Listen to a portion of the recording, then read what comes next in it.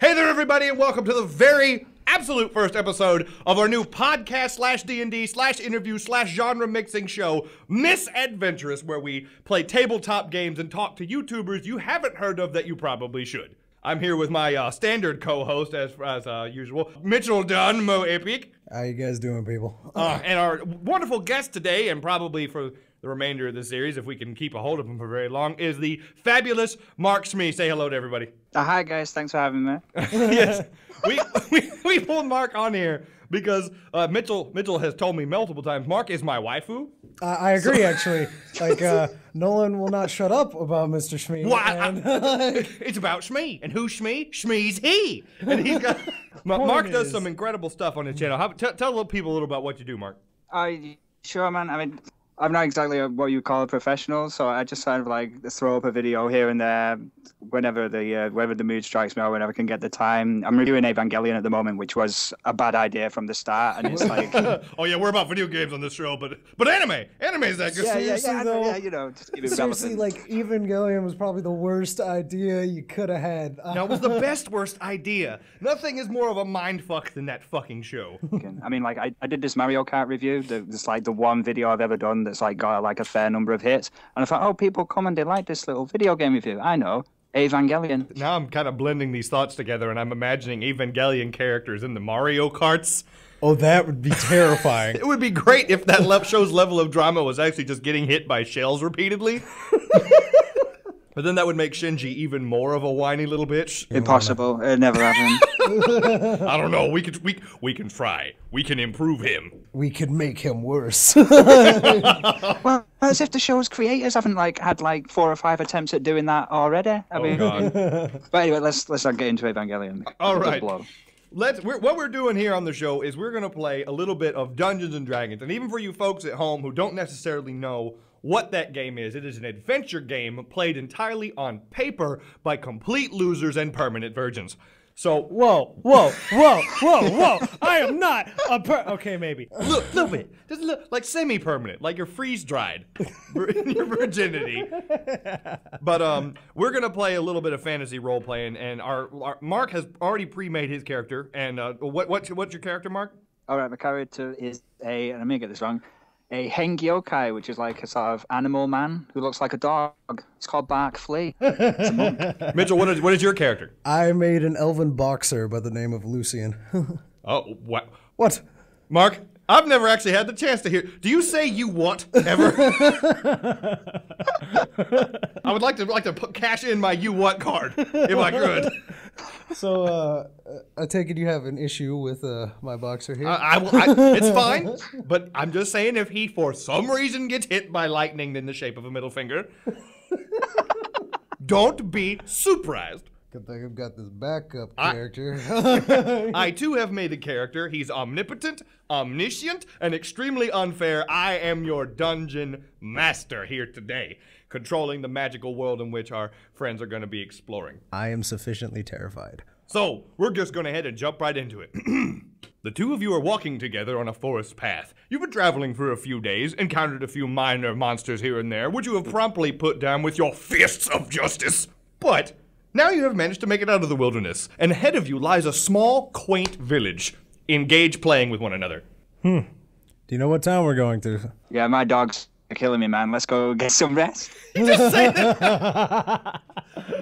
All right, as you two approach the village, you eventually see a sign that says, well, doomed, in bright red letters. Huh. It has been... Holy shit. Someone has painted over the town sign with a very thick paintbrush in bright, fat, splattery letters. D-O-O-M-E-D. Could we make out the town's name underneath the letters? Someone would have to roll perception to do so. Lucian, mate, who cares what the town's name is? It's doomed. Is there like another town around here somewhere or what? Currently, you see no other towns, as this town is in the middle of a forest clearing. But there doesn't actually seem to be anything wrong with the town at first glance. So what, so you're saying you just want to like walk straight through it and ignore this town here? It's not like we've been traveling for days at all. Okay, let's be careful though, man. So you decide to enter the town? Yeah, sure. Yeah, we'll do it. All right. You enter the town, and oddly enough, nothing seems to be horrible happening. There's nothing on fire. There's nobody dying or screaming. In fact, everyone seems pretty plain, if not just a little bit extra busy, there's villagers scurrying about and children playing in the streets unawares, and lots of people hoarding food. Hoarding food? Yes, you see many different housewives laying pie after pie after pie in their windows. You see a lot of men rushing along carts with slaughtered sheep in them, and potatoes. Because clearly those things go together. Maybe we should try talking to someone. Yeah, maybe you should. I'm gonna stop a man here and say, excuse me, sir, what's going on with this town here? What's up with this doomed? Oh, the town? Yeah. Well, the town's doomed. Can you explain doomed, please? Well, I suppose all the details you'd have to go to the mayor, who lives just across the way there in a bright red house, you know, with rat bastard and pig fool splattered all over it in bright red paint. Could you be so kind as to tell us what's up, and so we don't have to go all the way to there? Well, I suppose I could. Let's see. Last I heard, we're doomed. We're all dead, and we're right bucketed. Is it a plague? No, it's not plague. Is it a marauding force? Close. Quite close, yes. Okay, so, Feel free to interject anytime, Mark. Yeah, what is this, 20 questions? Just tell us what it flipping is. Mark, roll your D20, and we're going to look at your Intimidate score. All right, cool. Roll Intimidate. I got a 3. A 3? You say Yeah. this, and he looks at you, and then looks over at Mitchell and says, how'd you teach your dog how to stand on 2 legs and talk like that? Son of a bitch. That's a double entendre coming out of your mouth, mate. lots of Oh, practice. yeah. I want to roll streetwise and see if I can get some more information out of this guy. Streetwise is a skill that allows someone to use their guile and their street know-how in order to get information. Roll streetwise. That'll be... You were almost scary, Mark. I'm sorry. Never mind. 25. Fucking what? How many sides on your dice now? Wait, what? I'm trained in streetwise, Okay. and I got a 18. Mitchell's character spits out a few bits of slick lingo, snaps his fingers a couple of times, gets the guy's attention and says, listen, if you want the whole skinny on the thing, you could head to the tavern. They know all the details. They won't actually let us outside the village past the south end. And you guys know that you came in from the north end of the village. All right. Looks like we need to head to a tavern, my big man. Excellent. If they don't let us in, just say I'm the guide dog, and then we'll be fine. All right. No problem. You guys can see that there are several places around here. Obviously, there's a couple of shops. There's a cobbler. There's a pie maker who is currently closed, although people appear to be trying to break into their shop. Looking straight for the inn. There is an inn that's called the Golden Teated Calf. Golden teated calf. I want to go straight in there. Yeah, sounds appetizing. Oh, dear. Let's go there. I am completely How do you interested. enter the Golden Teated Calf? Mark. Oh, wow, like, through the door? What? Oh, wow, like a peasant. I assume there'd be a door. Yeah.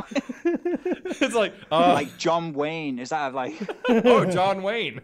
That's entirely reasonable. So, you want to kick open the door? Do you want to gently open the door and say, hey, everybody, what's going on? You want to jump through the window? This is the fun of D&D. No limits. I'm gonna casually open the door. What Mitchell's going to do. Let's go in, like, normal door style. Filthy peasants. We're not Dr. Doom here. We don't go rushing through walls. He doesn't rush through walls. He casually strolls through walls. But Mitchell opens the door to the inn, which is entirely empty.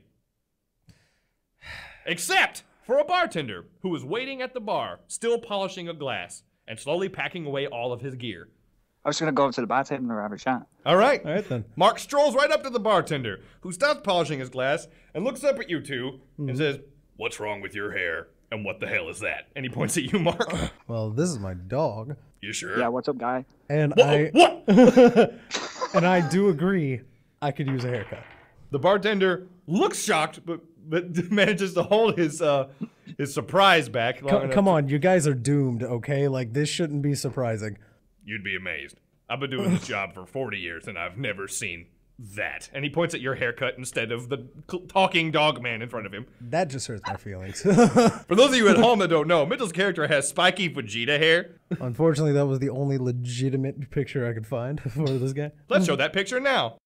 So what's going on with this doomed message here? What's happening, per se? Oh, there's an army outside the town.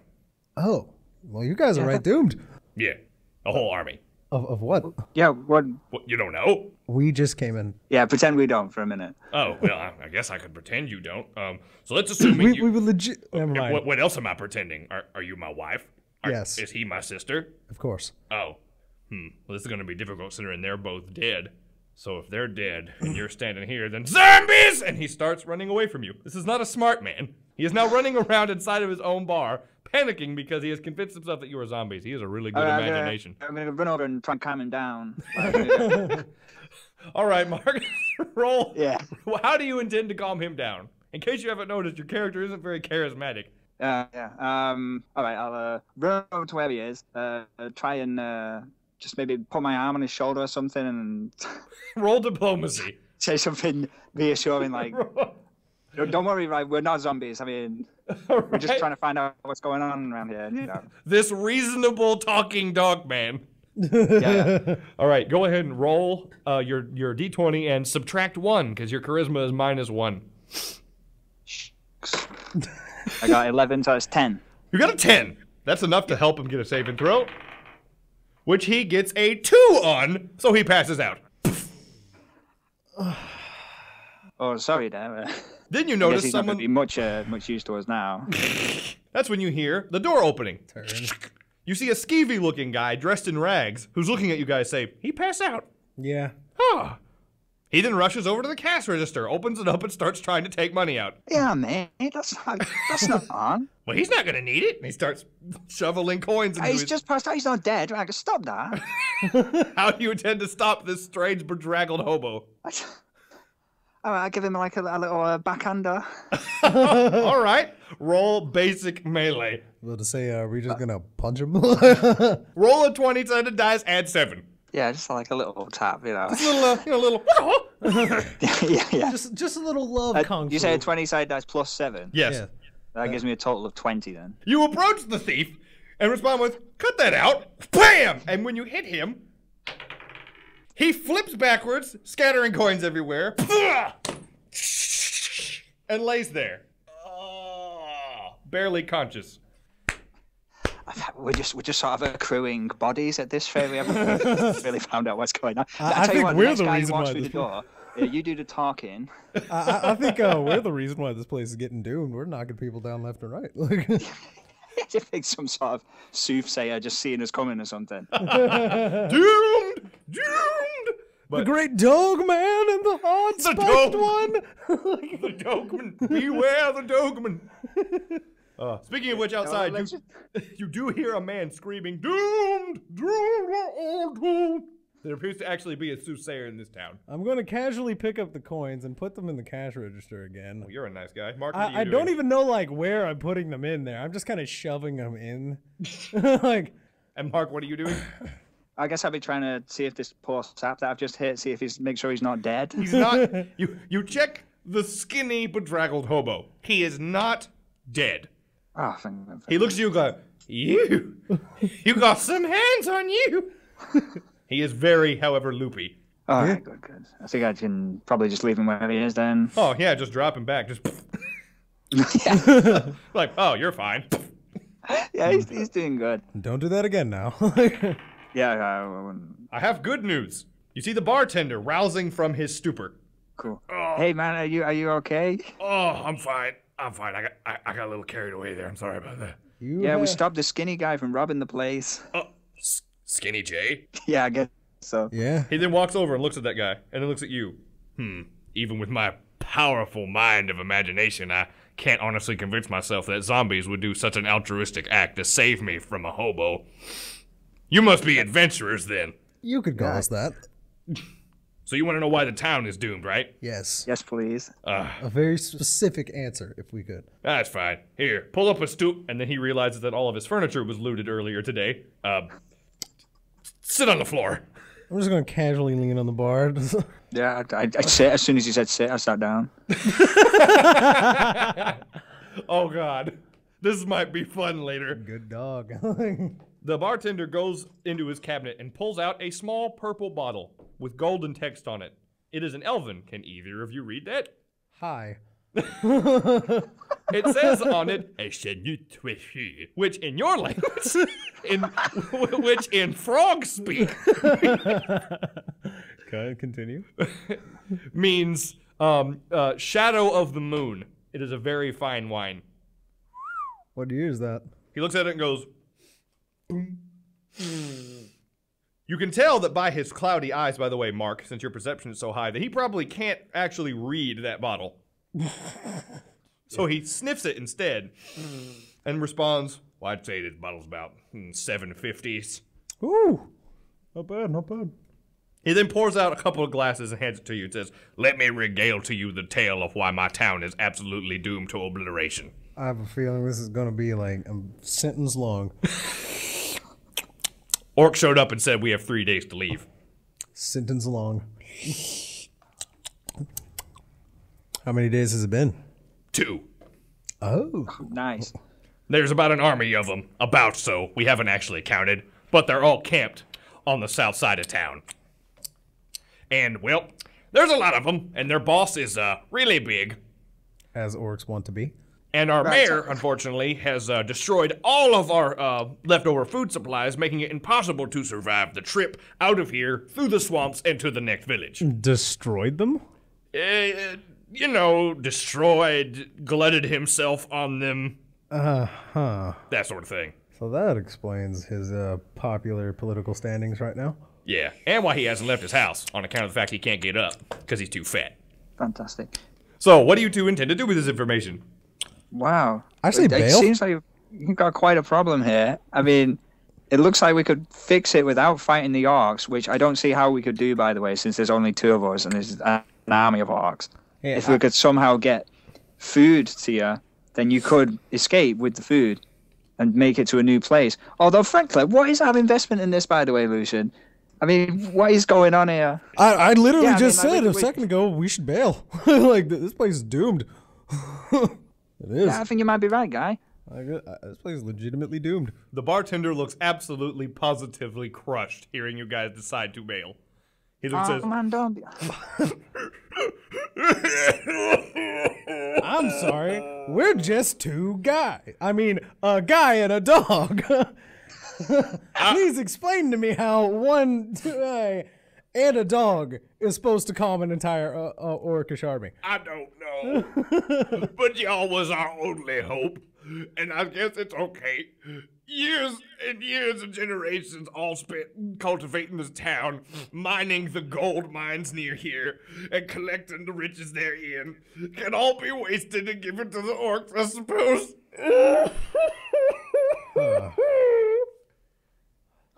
I get a little too into these voices. So bail? Yeah. I mean, unless you like wanted a really, really fancy coffin. Also, I have these magic weapons here that I've collected from my adventuring family members. He then motions up to the top of the bar, and you see a collection of very fancy-looking weaponry, some of which are actual decorated elven boxing gloves. Also a spiked dog collar. Wait a minute. Right, hang on, right, yeah. You know what I was saying a minute ago? So... I've heard orcs are quite reasonable, like... we wouldn't even have to fight them at all. Maybe we could, like, talk them out of it or something. Suddenly so There's game. gotta be something in there. There's gotta be something. Okay. How much riches are we talking here? We've been mining this town for 47 years. No. I don't care how long you've been at it. How much for us? Well, with the mayor being deposed and all, and the acting governing body being the person that controls the booze, which is me, I would say I could reward you with, a mine cart of gold? Filled to the brim. Sure! Just save us! Alright, we'll try. Oh, thank you. And put them gloves on the minecart, too. Fine. I'll do it. Alright, good. And the collar. He wants the collar. He really wants the Yeah, collar. yeah. I don't want to say, but yeah. Call them a cat as well. Mark, the most reasonable dogman in all.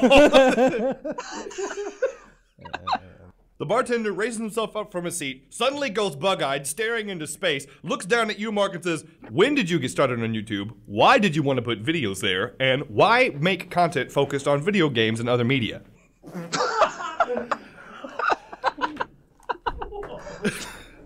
Well, bartender guy. Right, wow, so that's a few questions. Okay, when I get started on YouTube, the first time I got started on YouTube, I wasn't, at the moment, by the way, I don't have any equipment or anything like that. I literally record stuff on my phone. But when I first started on YouTube, I didn't even have that. I had like a camera, I don't know the name of it, but like the quality was like way worse than what it is now, if you can even imagine that. And it sounded like I was doing a video while a hurricane was blowing in the background. Gosh.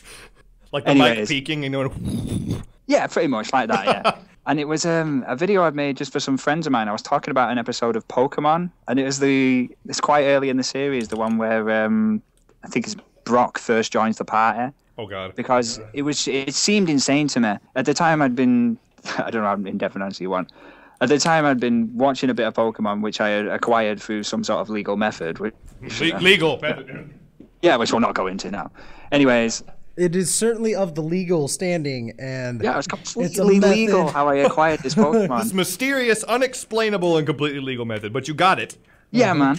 And I'd been watching it as a kid, and at the time, I was just kind of enjoying it. It was just a show, and I didn't think anything of it. But watching it back now, it was completely like insane to me, and I just had to like point it out, like why would Brock's father abandon his children, but like only live like 5 minutes down the road, but wearing a fake beard and a hat, and Brock wouldn't even know. It doesn't make any sense, you know. And there's like episodes where like some couple are like on safari and they drop their kid out of a helicopter and they lose him, and the kid gets raised in the jungle for a few years. You know, it's just like so many things when I was watching. Oh, what in the world is going on here? Irresponsible parents. And that's how I got started on it. And I don't know. As for why video game content, I'd say like playing video games is like the only thing that I do, you know, apart from go to work at this horrible job.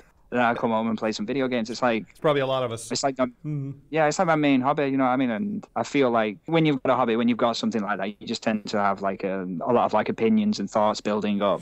And YouTube's just like kind of a good way of like getting out there. And YouTube is it's just like a gigantic room full of people, and everybody's shouting in it because there's no one telling you to shut up. Yeah. Well, sometimes there are. Well, there's plenty of people telling you to shut up, but you don't have to listen to them. Yeah, that's the beauty of the internet. Everyone can hate you, and they still can't stop you. Yeah. Well, thanks for that. That's when the bartender's eyes revert back into their normal sockets, and he looks back and goes, "What was I saying?" Something about putting a few more of those weapons down into the cart. Right. The gloves and the slippers, right? You wanted the collar, yeah. The collar. The collar, yeah. Okay, yeah. These slippers are mine. And then he takes down the pair of bright pink ruby slippers and slips them underneath the counter. Gross. Takes down the gloves and the collar and stores them in a safe underneath his cash register. And if I could get minecart covered in gold in writing, just so if we do succeed, you can't back out. He looks at you with his cockeyed, milky pupils and goes, "Son, you think I can write?" I can. So, excuse me. Pull out a sheet of paper. Now, how's it fair you writing that? Never mind, go ahead. That's what I thought. I can't read what he writes, but sure. And right out of this rather simple contract. I could read it out loud for you, and then you'll know what it says. Oh, yeah, sure, of course. Wait a minute. Look, I'm a trustworthy person, I swear. Diplomacy check. Fine, roll your diplomacy. By the way, Mark, feel free to interject into anything anyone's doing at any time.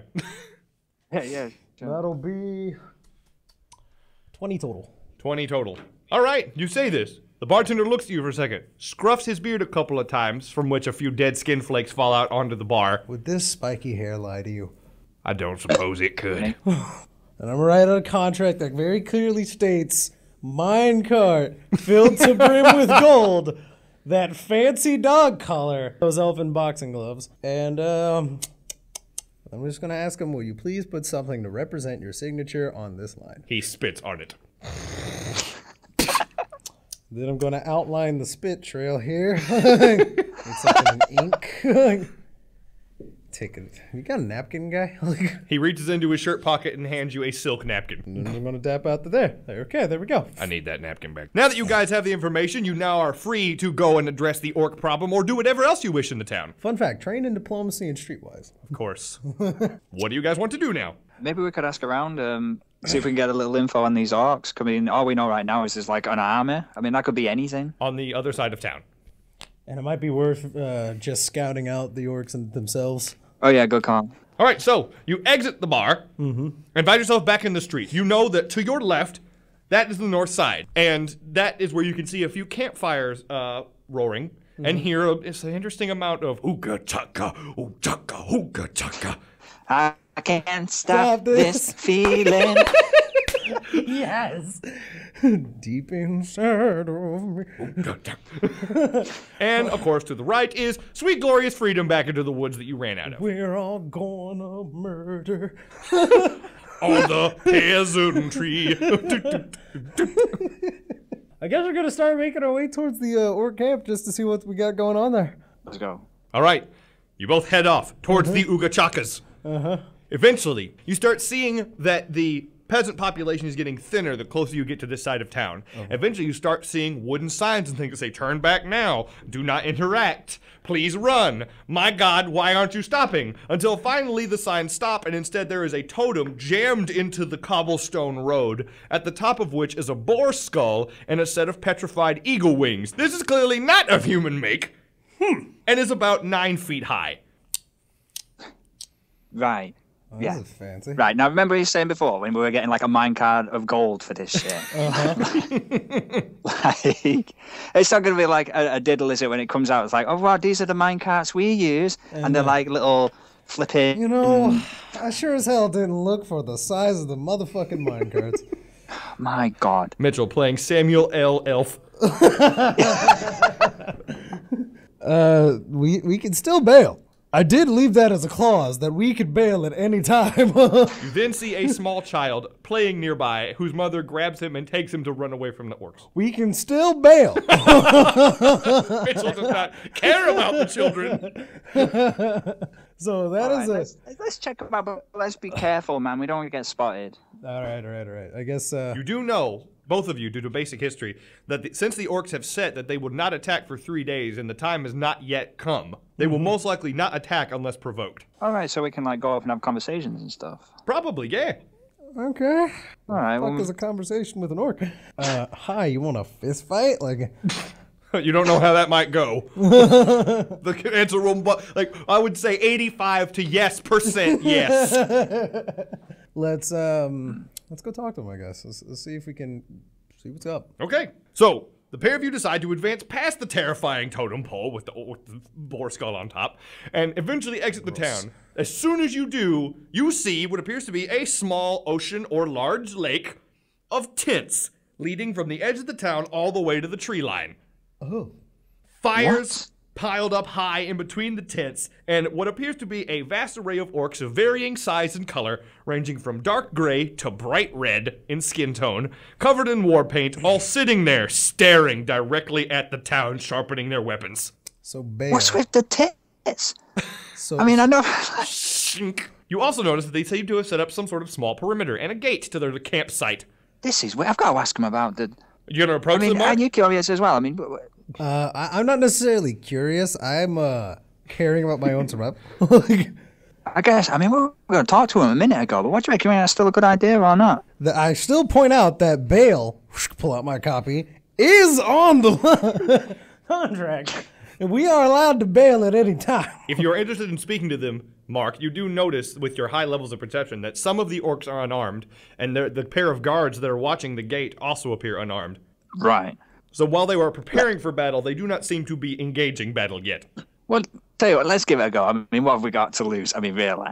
Let's see. I'm going to attempt a history roll and see what I know about orcish culture And what are you how gonna to do? approach them.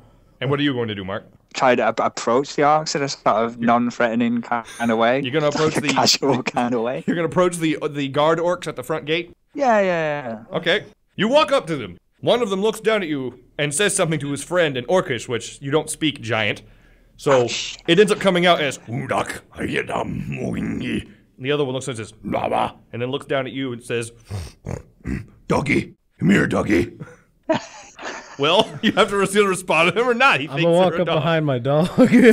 You were rolling history. I'll get back to your turn in a second. Yeah, mate, hang about. I don't understand Orcish, dude.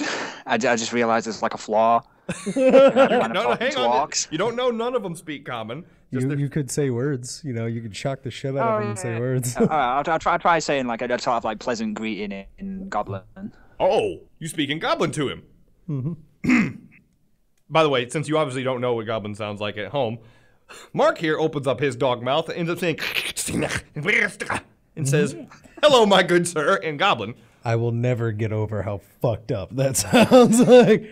The orc looks shocked, looks over at his friend, and they speak to each other in orc saying, and then they look back down at you and say, back in Goblin, "Hairy Goblin?" Yeah, man. I'm a hairy goblin. Very nice. Yeah, man.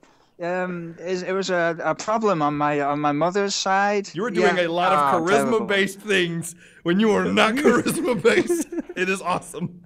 Do you want to actually try and convince him of this? Yeah. Then roll bluff.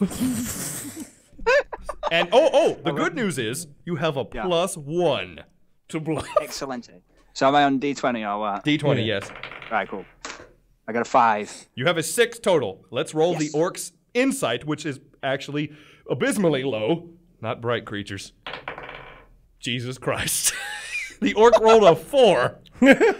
And you got a 6.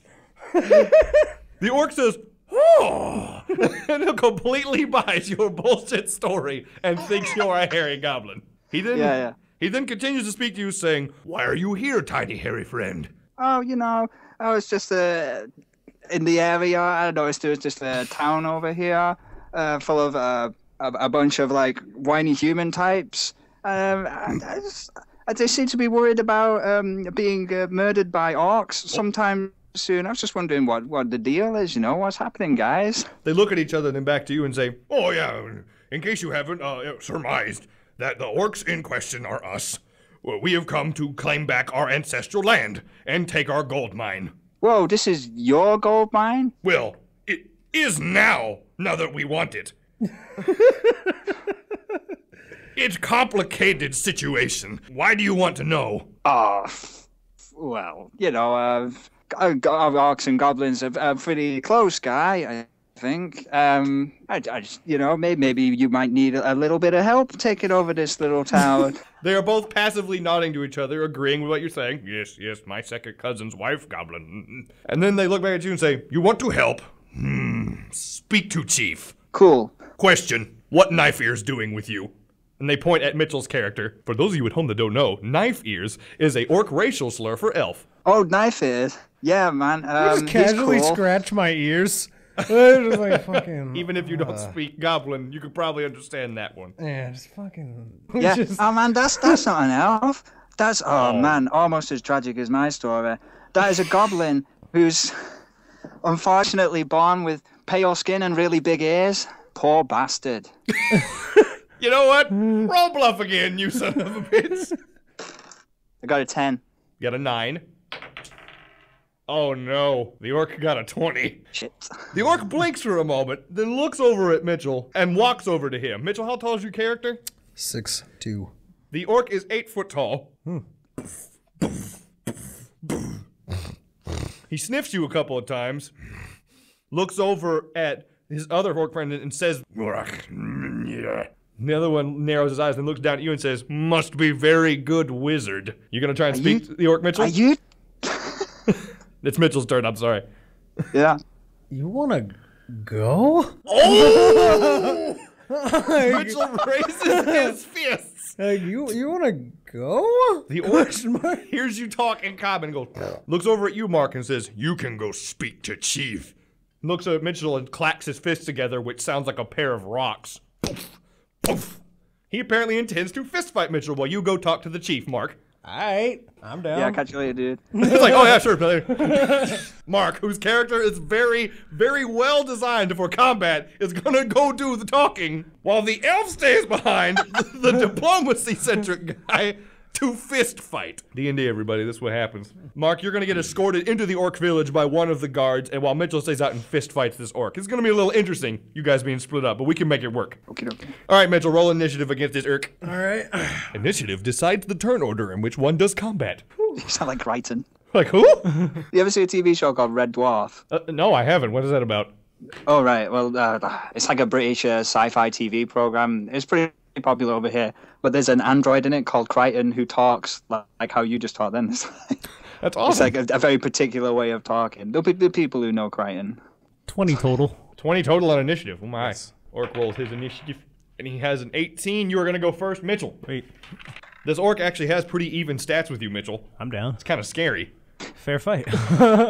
Fair-ish. I mean, he is 8 foot tall, like 260. It's kind of weird because all my moves grab things. Oh, God.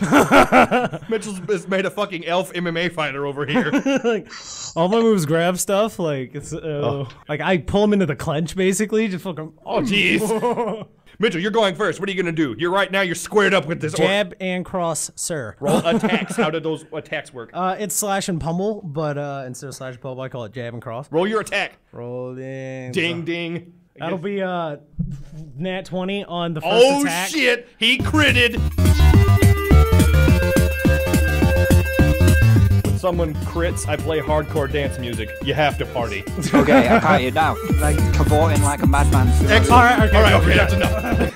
You crit with that jab. First strike is nat 20. Throwing your left straight into his chin. Boom! What's your max damage? My max damage on that will be 9, 10, 11, 12. Did you say 12? Yes. You did 12 damage with one jab. 9, 10, 11, 12 because it's a Mitchell, D8 that's plus half 4. of Mitchell. That's half his health.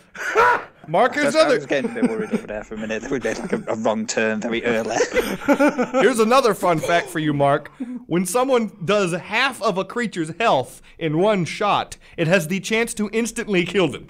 Nice. Mitchell might be killing this orc with a jab. Let's roll, shall we?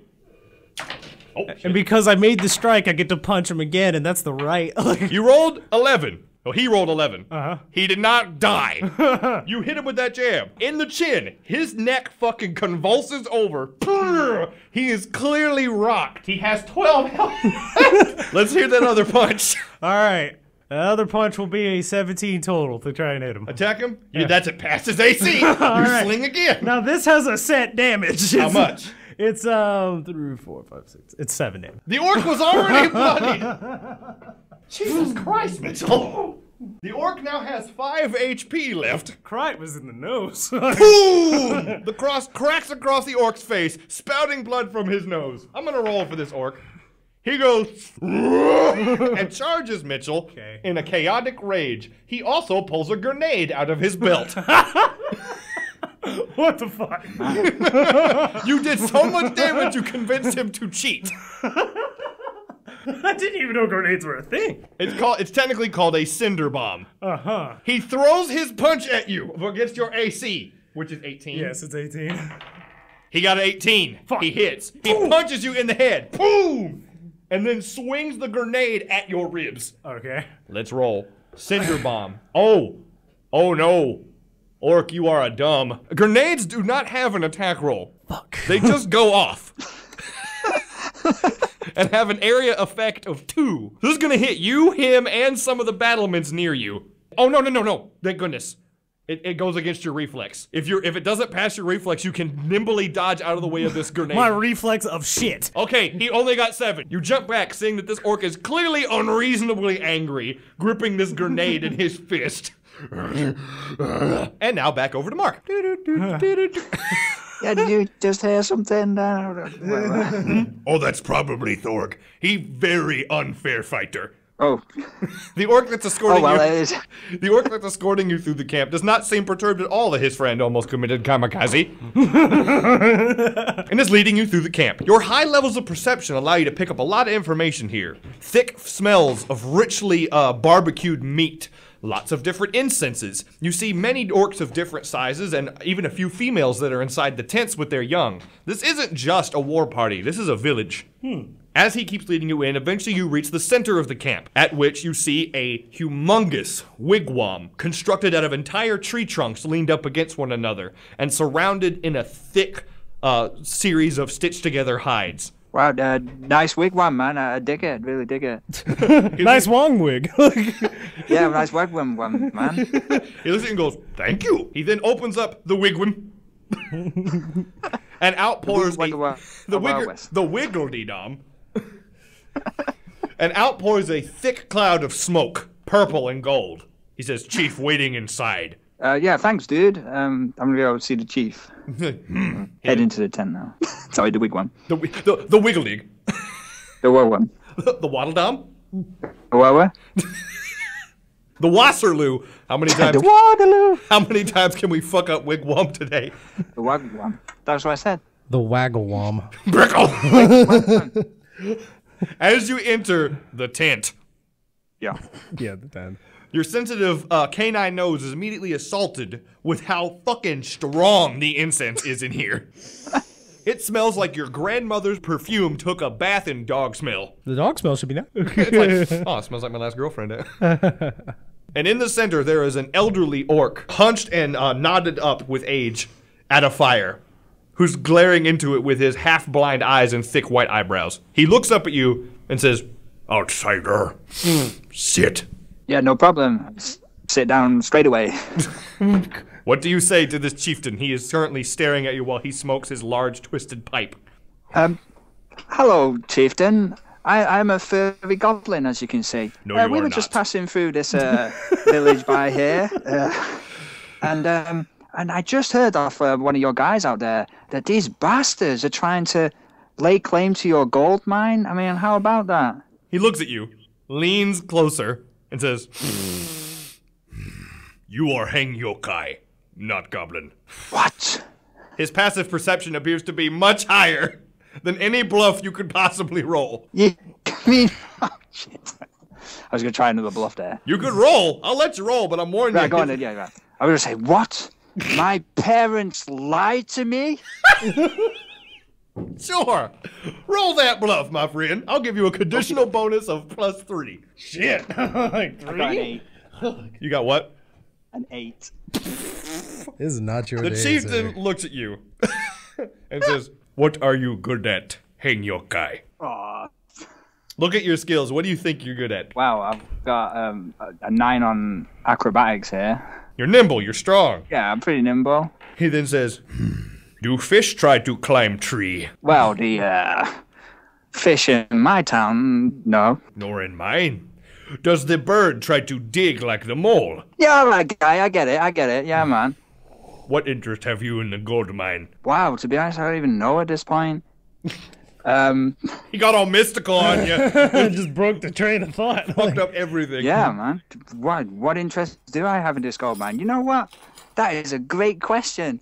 Why I just go think about it for a minute? Could it be the fact that we have magical items that might be in store for us if we stop the fight? Oh yeah, of course. Yeah, right, there we go. I wasn't sure whether to tell you this or not, but there are magical items, including this dog collar, and if we stop the fight, then we will get it plus gold. You are adventurer looking for personal fortune. Yeah, pretty much. The orc chieftain takes a long drag of his pipe, exhales a thick cloud of purple smoke. You wish to stop us taking our land back? Yes. Let's say yes. Very well.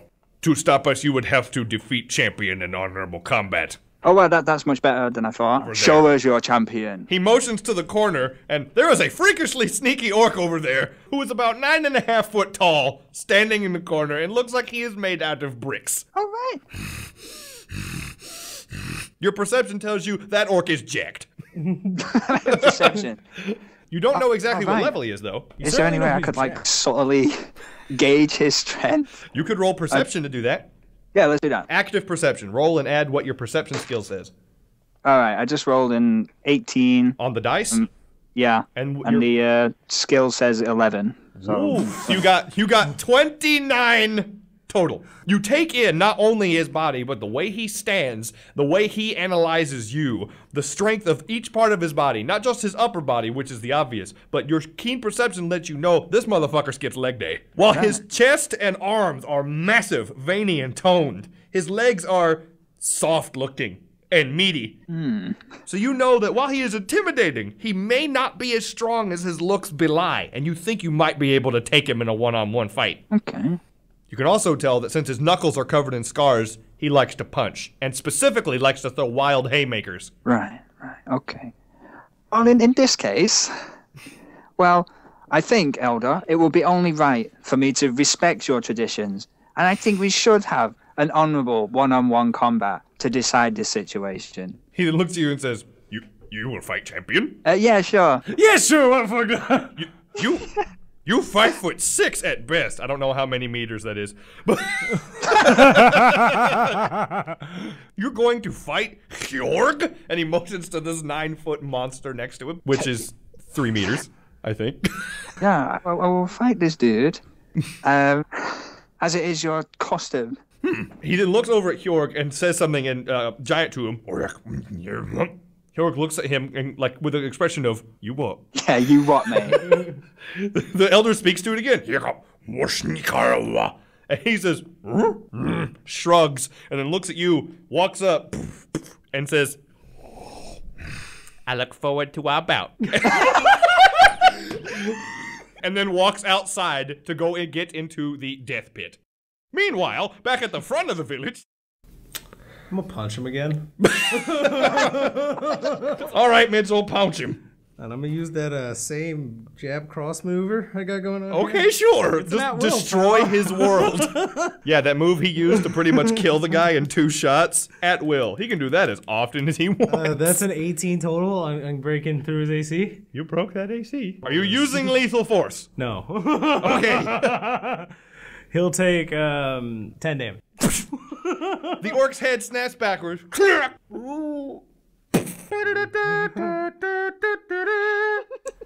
Casually search him for some loot. You find on this orc 3 cinder bomb grenades. Crude devices, roughly shaped like tiny baby skulls, because they're made out of tiny baby skulls. Huh. An ever-burning torch. Unlike a sunrod, which is a source of light created by magic, an ever-burning torch is a torch that can be relit and doused over and over again without turning into charcoal. And finally, a battle axe that was tucked into his pants. Take these grenades. Yeah, anything else that would be a note? He has a piercing leading through his nose and his upper lip that looks like the tusk of a boar. Don't think I should take that. And a ring made out of brass. Take the shit out of that ring. You take the ring. You're not trained in Arcana, are you? You can't tell whether that shit's magic at all. Wow, puts it on. Good news, it's not magic. You didn't fuck yourself. Zip. And I'm just start going. It does not fit you very well. Of course not. Not designed for your delicate elven hands. Both fingers. What the fuck? I'm just kidding. Determined to jack this orc of his swag. Wow, Mitchell. But I will keep the fucking ring there. Wow. Knock a dude out just like, I'm gonna take your jewelry now. I'm a fucking scavenger. Well, in fact, what's his shoe size? Orc. Okay, I'm somewhere between small cart and boat. That would be his shoe size. Okay, well, anyways, I'm gonna just casually start like walking into the place here, since you just walk in. The first thing you notice is that a lot of these orcs look at you like, and talking to each other. How are you? Saying common. Good day. As you swag walk into the Orcan camp, eventually one of them stops you. He is roughly your size with long dreadlocks and white face paint across his red skin. And says to you in common, where you think you going? I'm looking for my friend. He might look like a hairy goblin. This orc looks at you for a second, a bit put off by how confident you seem. Shakes his head and goes, he went to see Chief, doing honor battle with Hjorg. Oh, this I gotta see. Where's honor battle location? He points to the center of the village where the giant Wiggledy-Doo-Dom is. So heading over there? Yeah. Meanwhile, back in the center of the village, Rosh, Mush, Nish, Wash, Mush, Whoosh, Nish, Wash. The orcs are chanting as they gather around the death pit that your character is now inside of, Mark, along with Hjorg, the 9-foot death beast. Oh, yeah, I didn't know it was called the frickin' death pit. Well, it's what it says over there in Goblin on the side of the walls. Yeah, sure, man. Currently reading. Yeah, let's do it. Yeah, cool. He was like, oh yeah, sure, come on, yeah, put up your dukes. That's my entire mantra. All right, Mark. Congratulations and welcome to your very first combat experience. And what a combat experience it's gonna be. Battle has begun. The first thing we have to do is roll initiative to decide the turn order. Right. Your initiative You're good at this game here. I only have 14. You have a 14 on initiative. 14 total. I will roll for the orc. The orc gets 23 on initiative. Ow. The chanting is still going on, by the way. The chief walks up out of his wiggly, raises his knotted arms to the air, and they all go silent. He then begins to speak in common so that you couldn't understand him, and announces, "Outsider come to challenge claim." And the orcs whisper to one another, "Humans name Harry Hyungokai as champion." Yeah, they did that, yeah. That happened. He challenged Hjorg, slayer of the owlbear, killer of the bugbear, eater of koala bear. Koala bear is fucking delicious. It's packed with protein. Says Hjorg. Lots of lean meat. The chieftain looks at Hjorg and says, Hjorg goes hunkering down away from the chief. The chieftain looks back and says, "To honorable combat to death!" And of course, the orcs respond to the word death, as orcs tend to do, with immense cheering. They are so down for death. "Choose weapons." They now look down at you and ask you to choose your weapon, Mark. Wow. I was like, just gonna kiss my own fists and wave them in the air. Like, this is my weapon. Like the true champion you are. Yeah, because he's a dog, he'd probably like lick him. It would be weird, but like, yeah. Orcs look somewhat pleased with your decision, saying that you are, in fact, true Slav. And then they look over at Hjorg and say, "Hjorg, what weapon you choose?" Hjorg thinks for a moment, seeing you choosing fists, looks at his own fists, and decides, Well, I suppose if he's gonna go with his fist, I may as well just meet him in kind. That's all, folks. if he beats you, that is what he's going to say. It'll be the worst end to a campaign ever. Yep. But he raises his dukes. The crowd begins to chant. Mitchell, you finally arrive in the center of the village so that you can watch your friend fight this ham monster. I'm looking at him and be like, huh. Man, skipped leg day. Wow. I'm sorry, that's metagaming as shit. Which is when the giant creature charges at you with his right arm raised. And he strikes at you. He is 16. Ooh. Yeah. And he rolls his savage strike. He misses. You nimbly dodge out of the way. Now, I'm literally wiping sweat away here from my brow. his massive tree trunk of an arm gently passed over your dog ears as you ducked under it. In slow motion as well. So it's proper cool. His fist hits like that bit in the first Spider-Man movie. And he'd like, so Eddie, and he throws the punch, and Tobey Maguire just looks at the arm and goes, "Pass." Yes. Coolest I am so down for this. Like that happened. Wonderful. As it passes you, it strikes into the muddy, blood-covered ground, splattering dirt everywhere. Your perception tells you that if that had hit, it would have hurt like a mother. Yeah. Boom! It is now your turn, Mark. Now, the way combat works, you have attack moves, you have a move action, and you have your minor action, which is for doing silly stuff. Right. Like anything that you could think of, like I'm gonna spit in his eye, or I'll kick dirt at him, or something along those lines. But we're gonna keep it simple, so just tell me what you're doing. You just tell me what you're doing, and I'm all cool. down. Well, knowing what I know, what I'd like to do is sort of sweep in low and try and break his knee with my fist or something. Oh, so you want to roll an attack against his leg specifically? Yeah, right in his freaking knee. Okay, well, let's see. Do you have anything? Bust them kneecaps, boy. Bust them kneecaps. All right. Yeah, I'm gonna bend his leg backwards with my fist. Oh God. All right. The way I'll make that work is you'll just do whatever attack you decide you want to use it, and then if you roll high enough, I'll say you succeeded on breaking his kneecap. Oh, smashing. Oh, is that the stuff I picked before, like the dancing cobra and all that? You just pick whatever attack you want to use. All right, cool. Well, I'll go for 5 storms just because it sounds so goddamn cool. That does sound really fucking cool. So you decide to go with 5 storms, attacking his leg with yours or with your fist. Would you punching his leg or are you kicking his leg? Ah, punch it. Ah, sure. Why not? Roll +7. Right, here we go. Please be a good roll. I got 19. 19 on the dice? Oh, goodness! Yeah. That shatters his AC, sending your fist directly into his weak, soggy kneecap. Roll Nice. your damage. A D8 +4. All right, cool. Make sure I get the right dice. All right, here we go. Oh, I got 2, so 6 altogether. You did 6 damage to the orc. You see his leg bend over, but it doesn't break. It does somewhat remove his balance. And you did 6 damage to him, removing him down to that much health. Now, your 5 storms maneuver allows you to perform a move action where you can shift 2 squares away from him. Do you do so? Yeah, sure. So after you punch him, you nimbly dash another 2 squares away, forcing him to have to approach you. All right, good turn. It is now Hjork's turn again, raising up his giant fist about another story into the air. I'm gonna murderize you. I'm gonna eat your heart and kill your children. And swings at your head. Let's see. That is a +6 versus your AC. He is channeling as much Mike Tyson as he possibly He can. rolled a 9, missing again. Once again, you definitely. Because you made that sound really scary. Wait till it hits. But but once again, you definitely lean like Neo out of the way of this shot. Or Tobey Maguire. Or Tobey Maguire, whichever one you prefer. I like to think Neo's cooler. Mark apparently likes Spiderman. It's my favorite. Spooderman. Oh, Spider-Man's favorite? That's kind of cool. What is your... Wigwam. Which reminds me, the orc, after performing the strike, splattering into the ground, goes bug-eyed and turns to look at you like... So what exactly are your goals for your YouTube channel, and where do you want to take it in the future?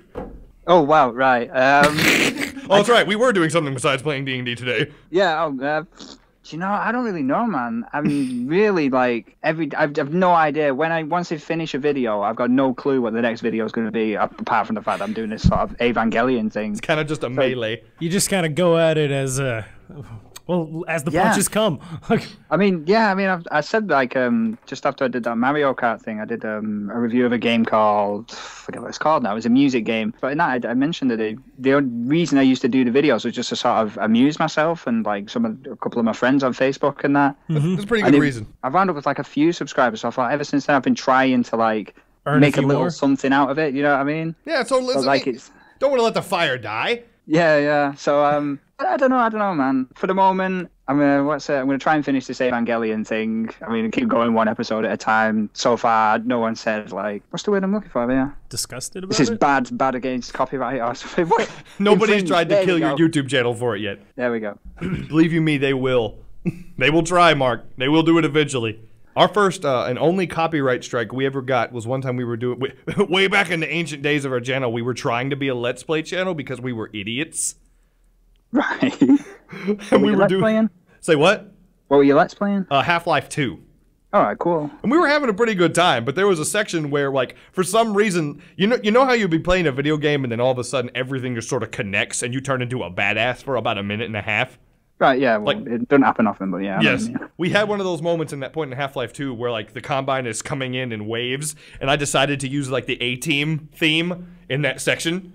Yeah. The only time we've ever gotten a copyright strike is somehow YouTube picked up the A-Team theme and forced us to, like, admit that we used it. It's like, how dare you? I got stung just recently on, I think I used a song called The Sound of Silence. But I used like 20 seconds out of the song, and they were like, no way, dude. Like, are you kidding me? You can get longer than that for free just clicking a preview on iTunes? What's the damage? I think the actual copyright laws over here where we're at is like 5 seconds and you're totally fine. Yeah, I think you're allowed 5 seconds, something like that. What I've decided I want to start doing now is if I want to use a song in the future, I'll just sing it myself and see how they like that. Why not? Back to the action. So, all right, yeah, the orc has missed his shot and left yet another roughly rabbit-sized crater in the ground where his fist hit. He looks at you and says, "You wait till I get a hold of you, little man. I swear I'm gonna make you pay." But it's your turn now, Mark. Right, cool. All right, my turn. Okay, the knee wasn't so successful. I mean, it's pretty good. You rolled good on your attack, but the damage just wasn't enough. Okay. Well, I think I might try and maybe follow up on that. Maybe try and knock him over. If I could, like, sweep him off his feet or something. But not in a romantic way, in, like, a badass way. Not in a romantic way, but... I will tell you... Okay, how about this? If you used your drunken monkey attack, which typically confuses the enemy into attacking a different enemy on this guy, since him being alone, I suppose I will let you adapt it into knocking him over. Brilliant. Let's do that then. Drunken monkey. Drunken monkey. This will be against his will. this mean Entering in your drunken monkey stance, you weeble and wobble as if you had consumed a little bit too much of the hard lemonade. And you strike. Where are you striking him? Wow, I guess like at the chins or something if I'm trying to knock him over. Going right for the knockout button. Roll your attack +7. Okay.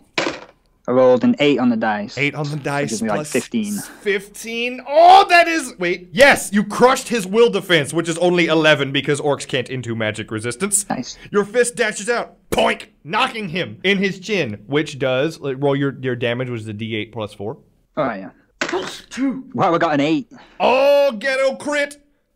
You did maximum damage. You did 12 damage total to this. Oh dear. Well, max damage don't fuck around. Like, Boom. You knock him in the chin. Poink, bouncing his head where it sits. He takes a step back, being forced to slide a square, and then falls onto his ass. Oh God, you hit me so hard. What'd you do there? You now still have your move and your minor action. What are you gonna do with him before your turn is over? Wow. You have some move actions over here. I think Drunken Monkey in itself. Oh wait, Drunken Monkey gives you a move action. Yeah, you can move your whole speed, ignoring difficult terrain, and get a bonus to all you can enter into a stance after you do this move that increases all your defenses by 4. Jeez, that's a lot. Well, yeah, going off what you just said then, I guess we'll do that. You can do that, or you can attack it. You can take advantage of his downed position and attack him when he gets up. You have to choose between those two. I have to make it that. I can't let you have it all. No, that's cool. Well, I'll tell you what, I'll try and get another hit before he gets up. Take advantage of the fact that he's on his back right now. Okay. Well, we'll say that when he gets up, you will be attacking him in an attack of opportunity. Yep. All right, cool. All right.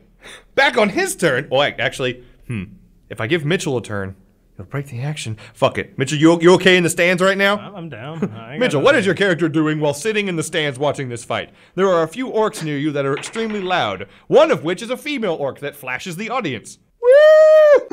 Yes. It's like Waving to the NASCAR, popcorn guy. but with orcs. I agree with that. I agree with orc tatas. I will not be the one to say no to this orc tata. When you say I agree with this, her boyfriend, who appears to be sitting on the other side of you, looks I agree with this. glares at you while holding his mega glug. You want to go, mate?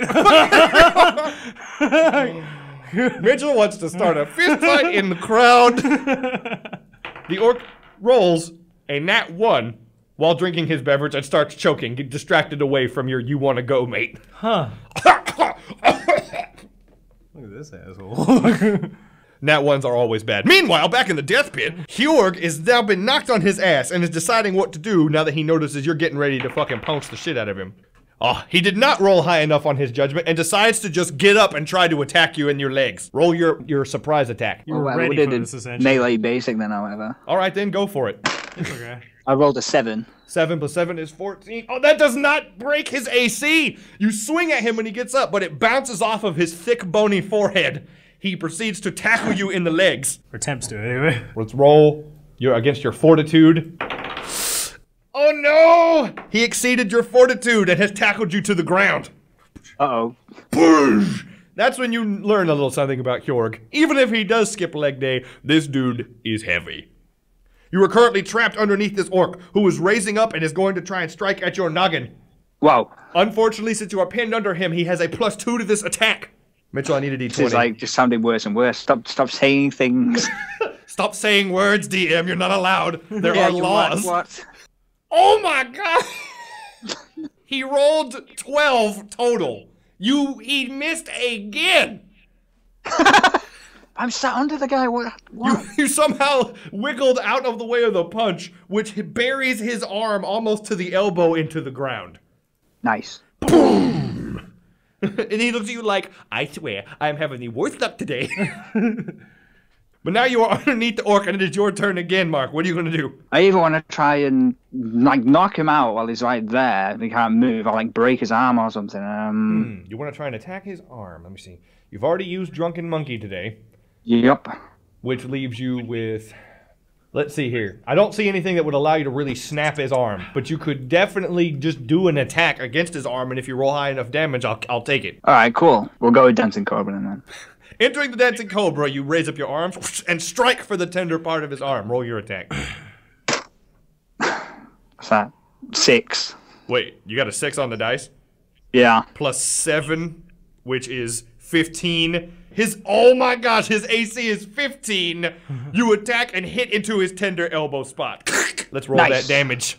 Just enough. Roll D10. Yeah. I rolled a 4. Meaning green one. 4 plus 4, that is 8.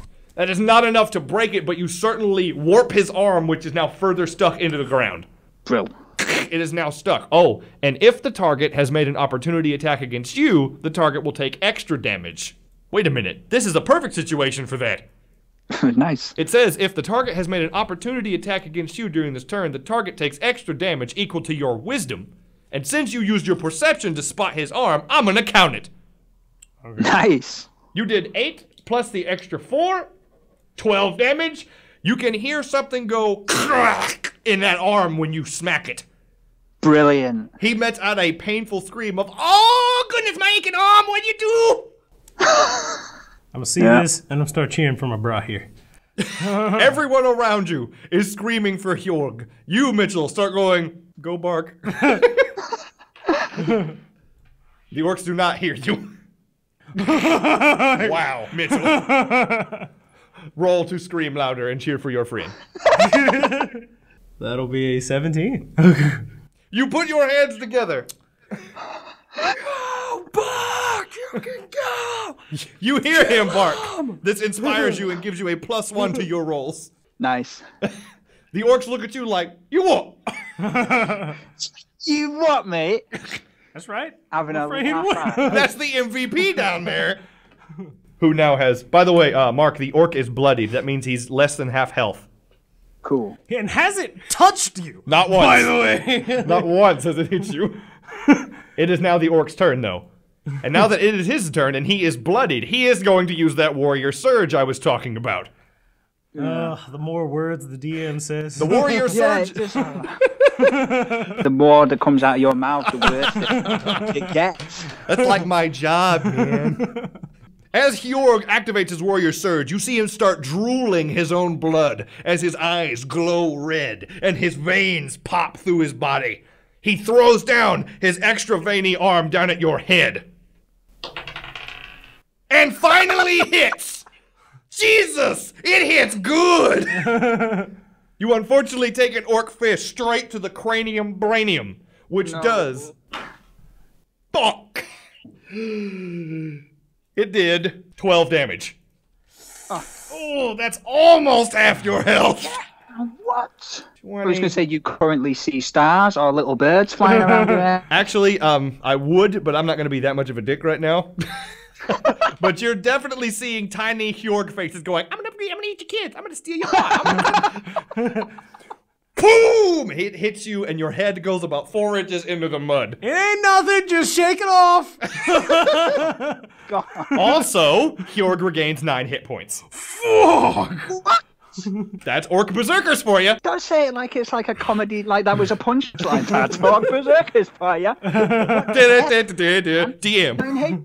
What were you saying? That's why you broke up a little bit. I was just saying that's incredible. Meaning it has no credibility. Oh, God. So it's your turn, Mark. All right. Right, well, I guess I sort of like get up and shake the mud off my face. So you want to get out from underneath him. You're going to have to roll acrobatics or athletics to get out. That means you're either going to wiggle free or you're going to push him off. Wow, I think I'm good at one of those things. Acrobatics. You're good at both, actually. Your character is. All right, cool. Well, we'll go with whatever is the best one. I'm trying to get back to page 1. Acrobatics would be the best one. Acrobatics, it is. All right, you would roll with a +9 to get out from underneath Hjorg. Cool. Roll a 7. +9, which is 16. That is enough. Using your dexterous, nimble body, you twist, push, and slide out from underneath Hjorg, pushing yourself 2 squares away in the mud. Yes. That's right. Get that recovery going. Mitchell's over here cornering. Oh yeah, thanks, guy. Yeah. Oh, thanks, man. That's my man, the Vegeta hair guy. Yeah.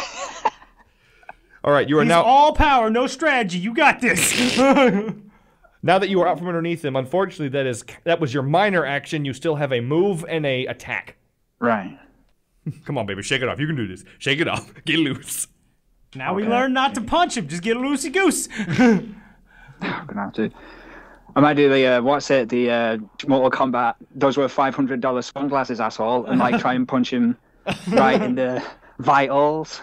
Oh, he wants to go for a nut shot. These nut shots. Tell you what, I'll let you go for it. What are you gonna use? Well, you could use Wind Fury Assault and fly up to him and kick him in the nuts if you wanted to be. Go on, fly. You activate Wind Fury Assault. Fun fact, the wind that you activate when you do this knocks all the mud off of your body.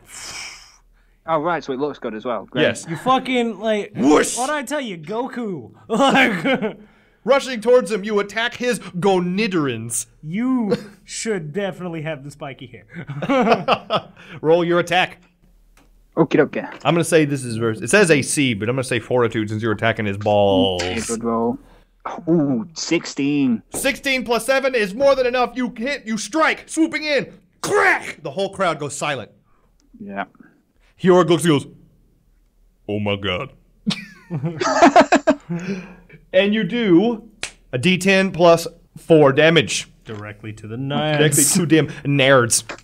Ooh, a 9.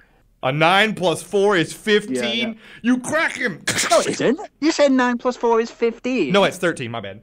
Right. That's my bad. So you should have just shut up and let him say that. You should have let me say that. Then he would have been deed. See, this is what we learn. We learn not to question the DM when he's His red glowing eyes immediately are doused from his vision as he clenches them shut, holding his precious package and falling into the mud. Oh, you son of a bitch! Oh. You appear to have made him a man.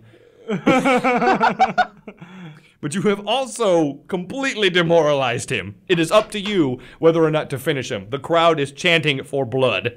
Well, I've been waiting to do this. More. Am I wearing a helmet or not? Because I would be going, taking it off and throw it on the floor and going, am I not merciful? Am I not entertained? You're wearing a hood. So you Throw the hood back dramatically. Are you not entertained? The orcs pause and look at each other. We're moderately entertained. I think we're pretty entertained. The chieftain steps up onto the podium, silencing the crowd. Then looks down at you and says, will you not finish Hjorg? No, I will not finish him.